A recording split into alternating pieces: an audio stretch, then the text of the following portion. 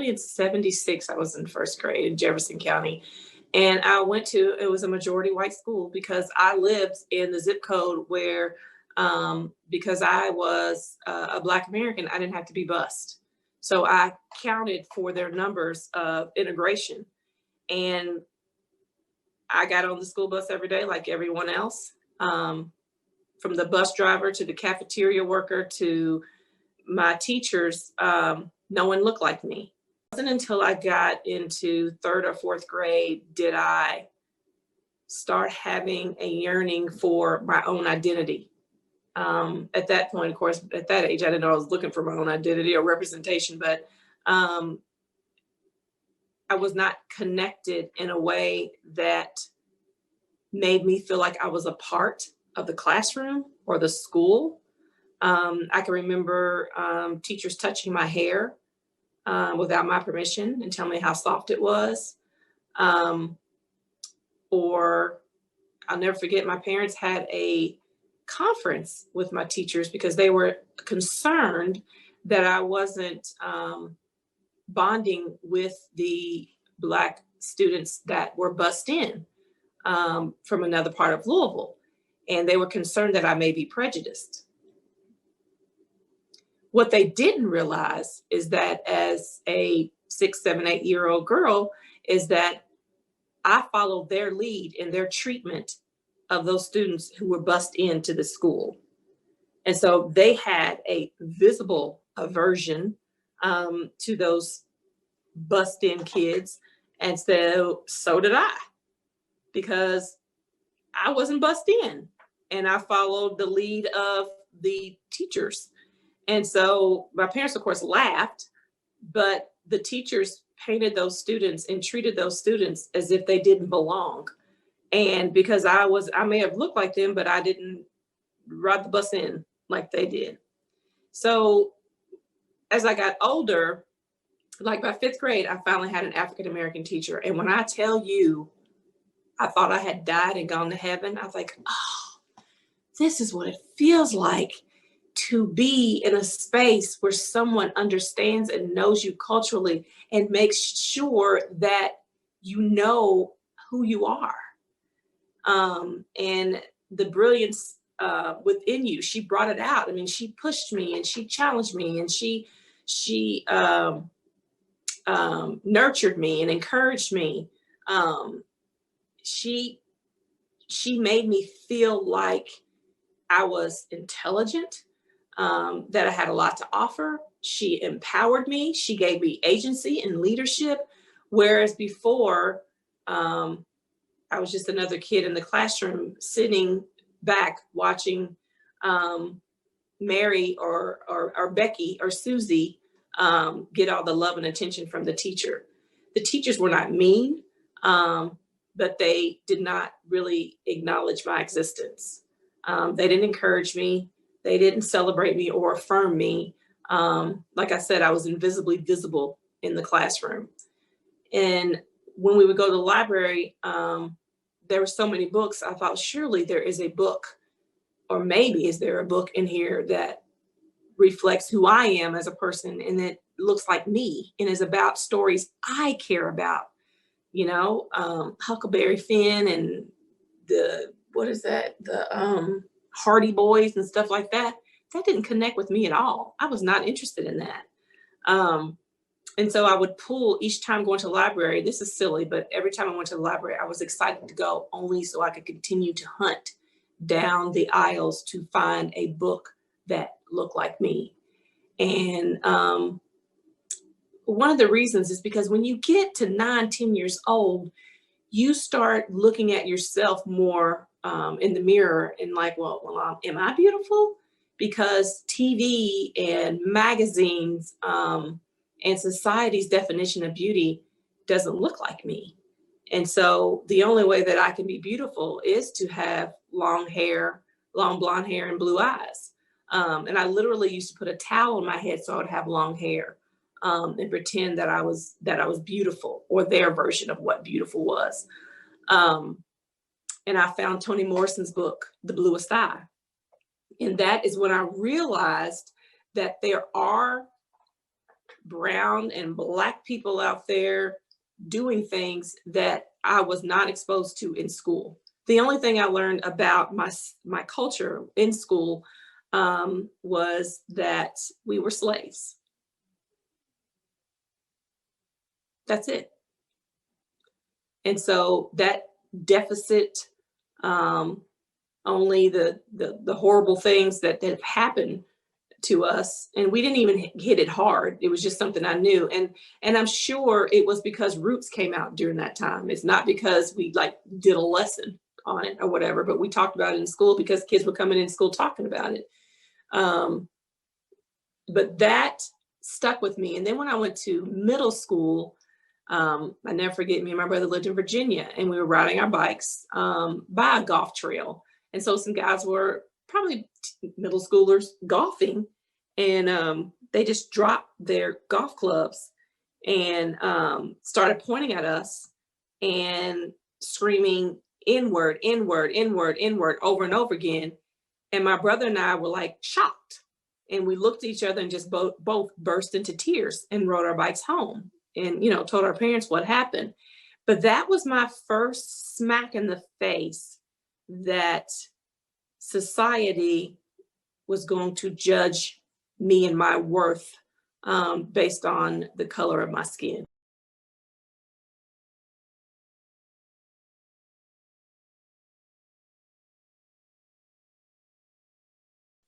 I mean, we still, even after everything that happened this summer and all that, we still have educators who are in front of students who feel very strongly about the protest this summer, and it's not on the side of the brown and black lives that have been historically lost, whether it was slave patrol, slavery, or the current police. And so someone asked me in an interview before, well, how do we change that? Well, let's start with the adults and their awareness of who they are, to whom they serve, and their mindset and their biases, and make them aware. But even with that, we did implicit bias training all summer. You still have educators complaining that they even had to do it because it's not them, it's the children. I honestly am exhausted in bearing the burden of making people who don't look like me comfortable in discussing what life is like for me, my life experience. Trust me when I tell you what my life experience is like, and listen, but don't tell me what you think my life is. Accept it and do better and be open to critical feedback, because you and I both know that we have to walk and toe a certain line to be heard. And then we have to be careful how we say it and what we say, because people's comfort level.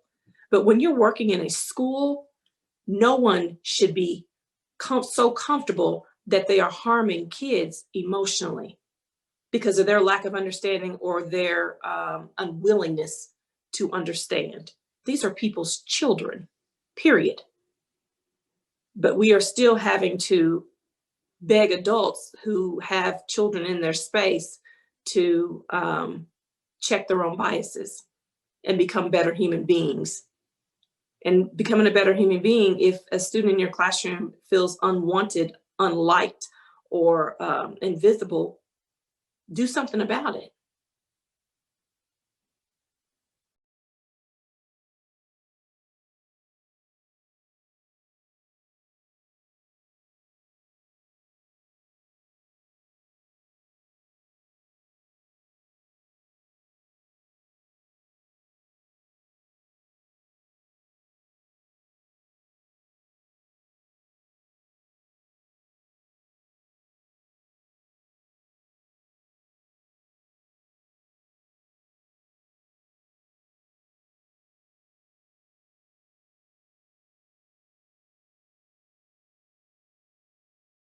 Horrific time period in our history that we are still living in, but in a more acceptable way. So because I've been that Black girl who was visibly or invisibly visible in the classroom, I know why sense of belonging for Black girls in JCPS is the lowest among all demographics. We are perceived as strong. We are perceived as not as independent and not needing support, or we are perceived as angry or sassy, or not intellectual at all. And sometimes we are often ignored, dismissed, or muted when we are passionate about something and our voices are not heard. So we just do school because we have to, but it's not because we've been drawn in. And so creating Grace James, yes, it's very personal for me. It's very personal for some of my staff members because we know what it's like to be in a space where at one time JCPS's logo was equity and excellence. And it used to make me so angry because I know what my kids who look like me are experiencing in classrooms across the district. Your students are coming from all over, which means that they have all different life backdrops. Mm-hmm. And race has always been in the forefront when people, organizations decide to do write-ups on Grace James. It's always this, race focused conversation, but class never really comes up, right? And so is class an issue when you have so many different variants coming to, yes, they all want to come for this new experience, learning environment. But when they do come, they come with all of their experiences, all of their privilege, all of their access barriers. Is class really an issue? In the virtual environment, it hasn't been an issue. I can't speak on the in-person environment, but I do know that they have created bonds beyond race and socioeconomic status within Grace James. And not that those things can't create barriers, because they absolutely can, but our focus will continue to be on a strong sisterhood.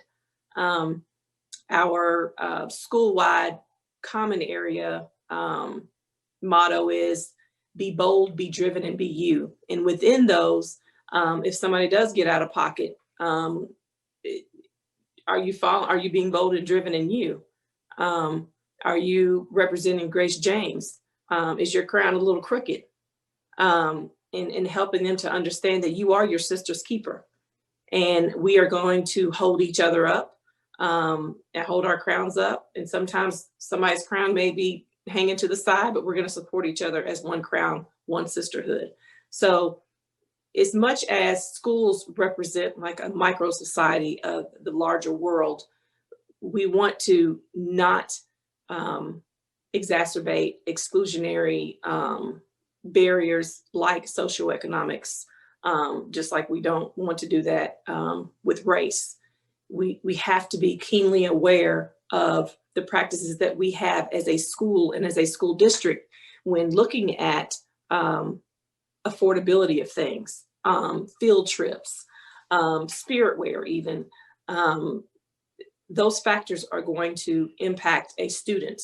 So because of that, we have several donors in Louisville and even outside of Louisville who are supporting us on making sure every girl has a lab coat.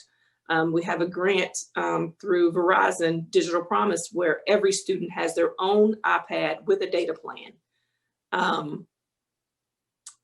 We are also going to be partnering with General Electric here in Louisville, LG&E, MSD, U of L's Speed School. And right now their mentoring will be online, but it'd be like via pen pal. back in the old days. But we're hoping those partnerships will continue to help us, where a student's or family socioeconomic status will not be a barrier. That is something we don't want to exacerbate in our space. But as far as the girls, my hope is that that is not going to be an issue. One thing we don't have are uniforms. And so a lot of people, say, well, uniforms, make it equitable and everybody's wearing the same thing. Not necessarily, because my uniform may be 3 years old because I can't afford to buy another uniform. So there are differences. Our uniform is not really a uniform code. It's we call it dress to impress guidelines. And however you want to dress and represent yourself is the dress code.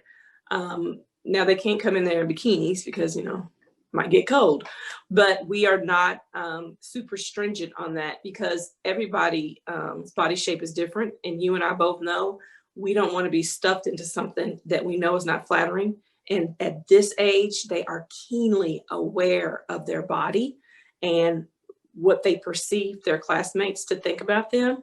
So whatever they want to wear that makes them comfortable, if that's skinny jeans and a t-shirt, if they want to wear khakis and a polo, it's totally up to them.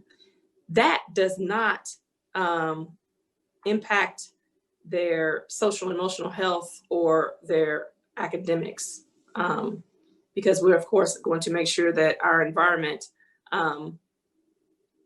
doesn't cause for sometimes the cattiness and the pettiness and the negativity that girls can bring when it comes to who has this purse, who wore those type of shoes, or whatever, because everyone, as far as the girls are concerned, they have what they have because of what their parents want to give them. And so that will not be a focus. We have purple lab coats because I feel like you can't be what you can't see. So we have them mandated to wear on our crown day, our gym day, and they can wear them every day if they want to over their clothes. But every staff member and every student has a purple lab coat, because you wear a lab coat in a science lab and you wear a lab coat in an art room. But those are for the girls to have, and that is a way to express themselves, because one of our crown values is originality. And so I couldn't in good conscience say, well, no, you got to wear a uniform, because I also don't want to replicate the Eurocentric view of how schools should look and how students should look. And we had some parents who are like, well, you're not wearing uniforms, so I don't want to come. And that's a choice. But we're very hands-on administrative team. So establishing that culture of belongingness for everyone, regardless of what clothes they have on their body, if that occurs, will be nipped immediately.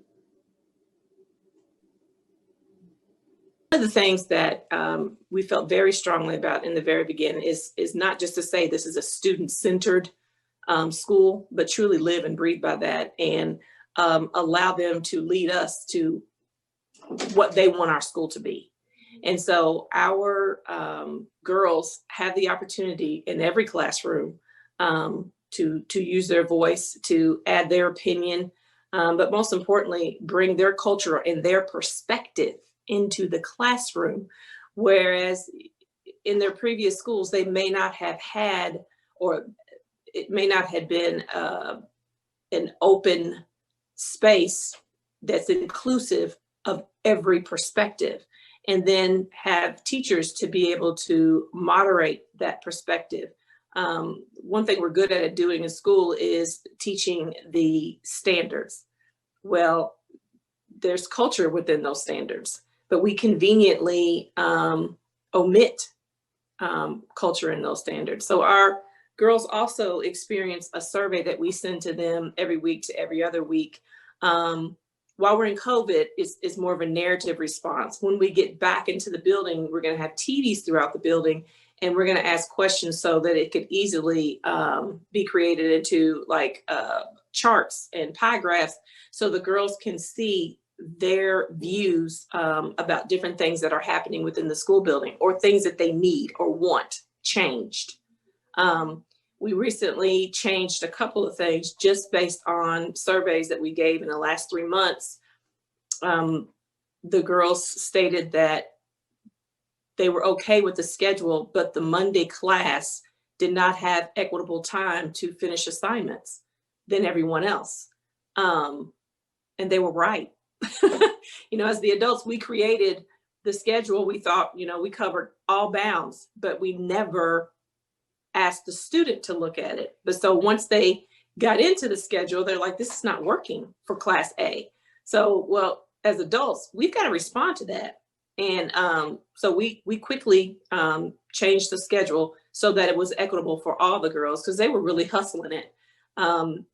Unfortunately, their Monday class, they only met once. They only had class on Monday, but because they hadn't had any other classes, they had no work to try to accomplish on their free day, because the rest of the week was packed for them. So having the students' their perspective, their view, their lives is critically important. Another thing we changed was when to turn assignments in. We were having them turn it in Friday at 9 a.m. We moved that to Sunday at 11:59. Now, some parents were like, well, we liked it at 9 because they got it done. Yeah, but we're in a virtual environment, and we're expecting kids to manage time like we did when we were in college, which we struggled, in our late teens and early 20s. So to expect an 11-year-old to be able to manage a virtual homeschool, what have you, is not fair. We also have what we call crown classes, and those classes are like passion classes. The first round, we based it on the girls who originally applied for our school and what they were interested in, what their passions were. So, and with the new staff, we try to merge those two worlds. What gifts and talents the staff had that would match with what the girls wanted. Well, those passion classes, which we call crown classes, they meet once a week, were lame and whack. And the attendance was not strong. One, because the day that we had it scheduled, we had 9 o'clock, our sister circle and gym time, and then crown classes at 1. Well, that's on a Friday. I'm not coming back on at 1 o'clock for passion class, especially if it's whack. So another thing they said is, can we have different passion classes? So we surveyed again and asked them what they wanted. And we tried not only to create the classes that they wanted, but give them their very first choice. So as many staff members that we could sponsor a passion class. We have that happening now. And we moved the time to 10 o'clock. Attendance is much higher. And the girls seem to enjoy it a lot more. So the next thing we did was allowed each sister circle, and I don't know if I've gone over this with you or not, but for the sense of belonging, one of our major priorities is social and emotional learning and understanding the whole child. So when we're in person every day, their first class, sister circle. The sister circle is three groups of 10 with one adult within a community. So you have the sister circle within the resilience community. I'm with resilience. And these gym communities are kind of like Harry Potter's houses. I didn't watch Harry Potter, but that's what they told me. And it stands, our acronym for CROWN, which is there's a collaboration gym community, there's a resilience gym community, originality gym community, a willingness gym community, and a narrative gym community. And then within those gym communities, we break out in groups of 10 kids per adult. And so there's 3 adults in each community, so that there's that intimacy, there's that relationship piece, and there's that mentor that girl will have from now until she leaves Grace James, so that she could have that connectedness within the school. So there's that sense of belonging piece. So we have sister circle, then we have the whole gym community, and we do things within our gym community, kind of fun, competitive things. And then we have what we call the entire crown. So our sister circles, we've been meeting every day since we started. And the girls, because we have a lot of leaders, can we have leaders within Sister Circle? Yeah, absolutely you can, because they can run a Google Meet on their own, sharing screens, doing all kinds of stuff. So we allow them to create what criteria we should have to nominate someone to be a Sister Circle lead within each Sister Circle. And each Sister Circle voted for 2 people. And now those 2 people do many things depending upon the Sister Circle. In my Sister Circle, I have them leading we do a temperature check, red, green, yellow. How are you feeling today? The student promise we say every day, and we came up with our own resilient chant. We do the resilient chant. We do a student weekly update that's set out on Google Classroom, but they go over that on Mondays in case, girls weren't able to look at it. And they, go over each thing that they need to be aware of. And it's so cute. This past Monday, one of my leads was like, Ms. Cosby, I'm going to go ahead and set this up before we even get started. But ladies, please let me know if you need me to drop any of those links in the chat for you. They're like, no, we're good. But I mean, they just mimic the adults, but they are taking the lead. And our hope is that they will start planning what we call gym time, where we meet 3 times a month as a gym community. And then all the leads will also get together to create what we call Crown Day, where the entire school comes together and utilize them more like a student council. So we know that they are living the experience that we as adults want them to have, but how do we make it authentic? And that's co-creating our space with the people that we serve. And those are the girls. Okay, awesome. For someone that does not understand, I guess, the dynamics of space in Louisville, Kentucky, right? So Grace James is not particularly earmarked to one zip code. Anyone can apply that lives in Louisville Metro. Can you explain to just the broad audience, typically, like, what is your neighborhood? There's Shively, there's Newburgh, Parkland, California, Russell, like all these different pockets of Louisville.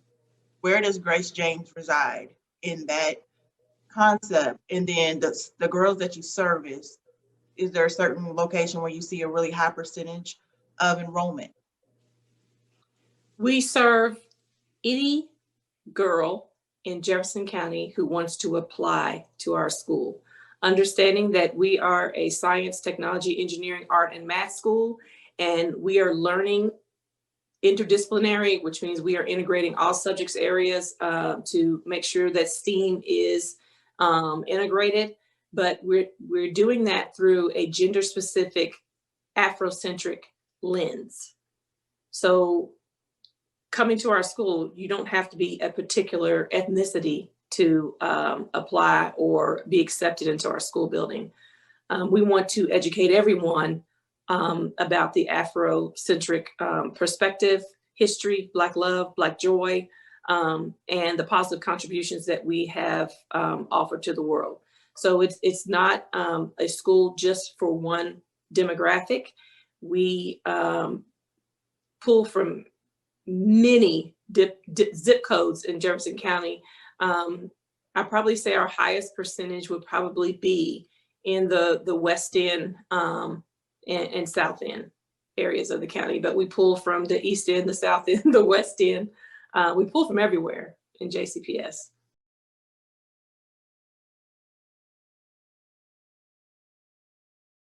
If you could just give us like a scope of what that space looks like, that really is complete opposite of your experiences growing up. You didn't see the posters, you didn't see the books. Now you have, it's like a kid in the candy store. What do the hallways represent? And just give us some like pieces that really stick out to you, as for any kid that walks in, they're like, yes, this is me. Yes. Of course, we have our school colors everywhere. And we have our vision and mission, lots of affirmation statements of encouragement. And we have famous Black Americans and famous brown Americans posted up on the wall. Our school is named after Grace James. She's a local pediatrician and a local activist. She fought for healthcare for people in our community. She also helped organize to get people out to vote. We interviewed her son. He said she was like 5'4", but incredibly feisty, no nonsense, and she would get stuff done. And like all Black women, she gave a lot of herself on behalf of others. And so we want the girls to see that those of us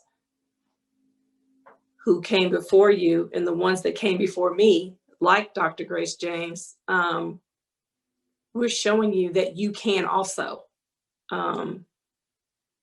Like with Kamala becoming the vice president, the girls did several interviews about that. And it was funny, it would almost make me sad, but both girls interviewed said it was like a weight was lifted. We now have reached the White House, you know, and so our possibilities are limitless for us.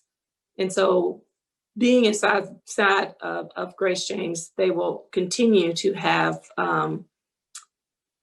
pictures of not only famous Black women, but within their classroom and their curriculum, we have an Afro-centric framework, and they are based on different themes. So our first theme for the first 6 weeks of school is humanity. So the math teacher, the science teacher, the social studies teacher, the English language arts teacher, the art teacher, the STEAM lab teacher, and the dance teacher all had to integrate humanity in their content areas. And the humanity of Black people, period. The next unit was all about identity. That was actually the first unit. Identity was the first unit. And so who are you? You know? And what makes you you? And have so they could understand that as Black Americans, we didn't come here with an identity because it was stripped. In order for them to have psychological power and physical power over us. So we weren't allowed to bring our identity. And so that is something that we've maintained within our culture. That's what's so cool about working in a place where you don't have to be walking on eggshells so that your colleagues aren't turning their nose up with who you are. You can be authentically yourself at Grace James as a Black woman, a Black person. But the next one was social justice. So everything that we taught was under the social justice lens. And we just started our new unit. It's the African Diaspora, and understanding how our ancestors and in current were either they left Africa based on choice or force, and understanding those two differences, but understanding how the African diaspora is the largest diaspora and how we've influenced many things in sciences, in math, in English and astronomy and all those things through ancient history, which is funny when you learn world history, the emphasis is on Greece and different countries of Europe, and African contributions are always under Egypt. Well, in Egypt, they did this, in Egypt, they did that. Well, guess what? Egypt is in Africa. But because how the world has always socialized us to brown people who are at the bottom of most societies, that our contributions are dismissed or erased, but rarely ever acknowledged. She was in her math class, but she had English. And when the math teacher brought up the African diaspora, she's like, oh yeah, we learned that in English. We have to create learning spaces where kids are free to explore what they question or what they wonder about, but also provide them guidance at the same time. It's like it's like a back and forth. It's a balance. And so many educators are so content driven. This cell phone right here is the content in the palm of our hands. We no longer have to go to encyclopedia, right? If we want to learn something. And if you and I want to learn something, we're going to go to YouTube or Google and figure it out very quickly.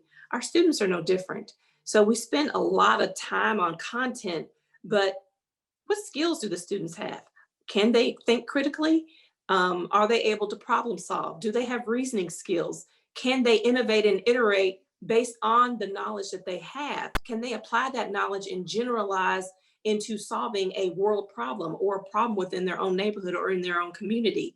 Putting them in a problem-based novel situation to apply that background content knowledge that they can look up on their own before they even come to class and tackle and solve a problem for the greater humanity, versus just standards.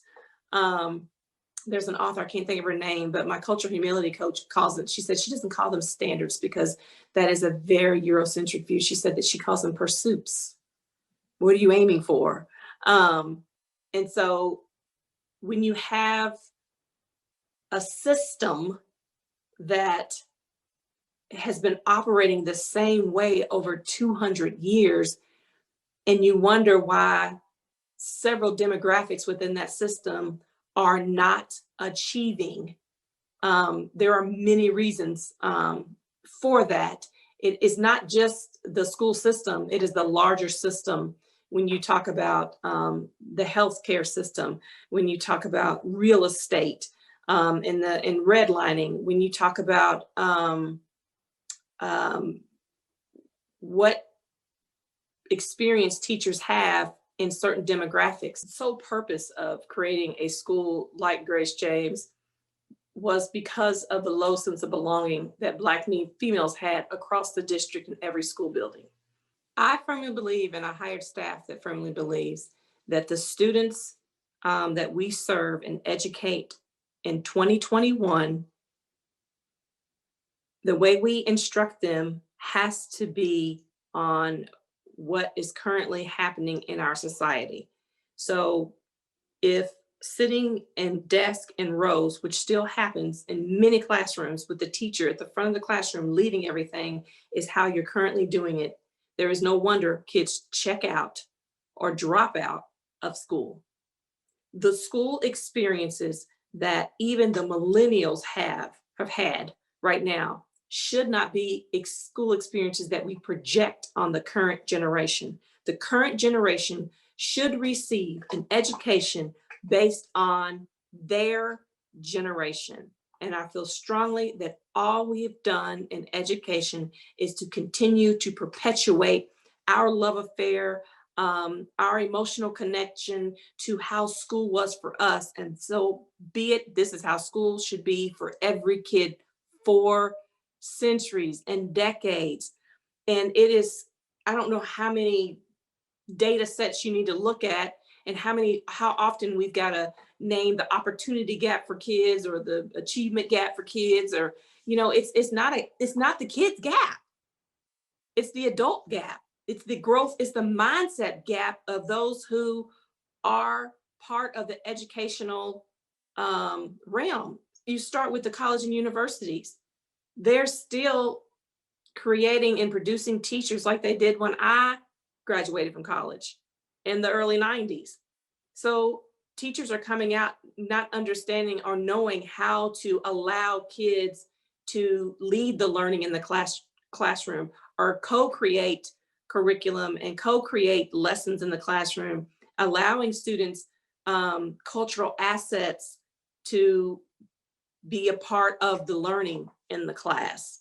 It is still very much teacher-led, and we want students to lead in their learning, and we act as facilitators and activators of that learning, and sit back and watch the magic happen.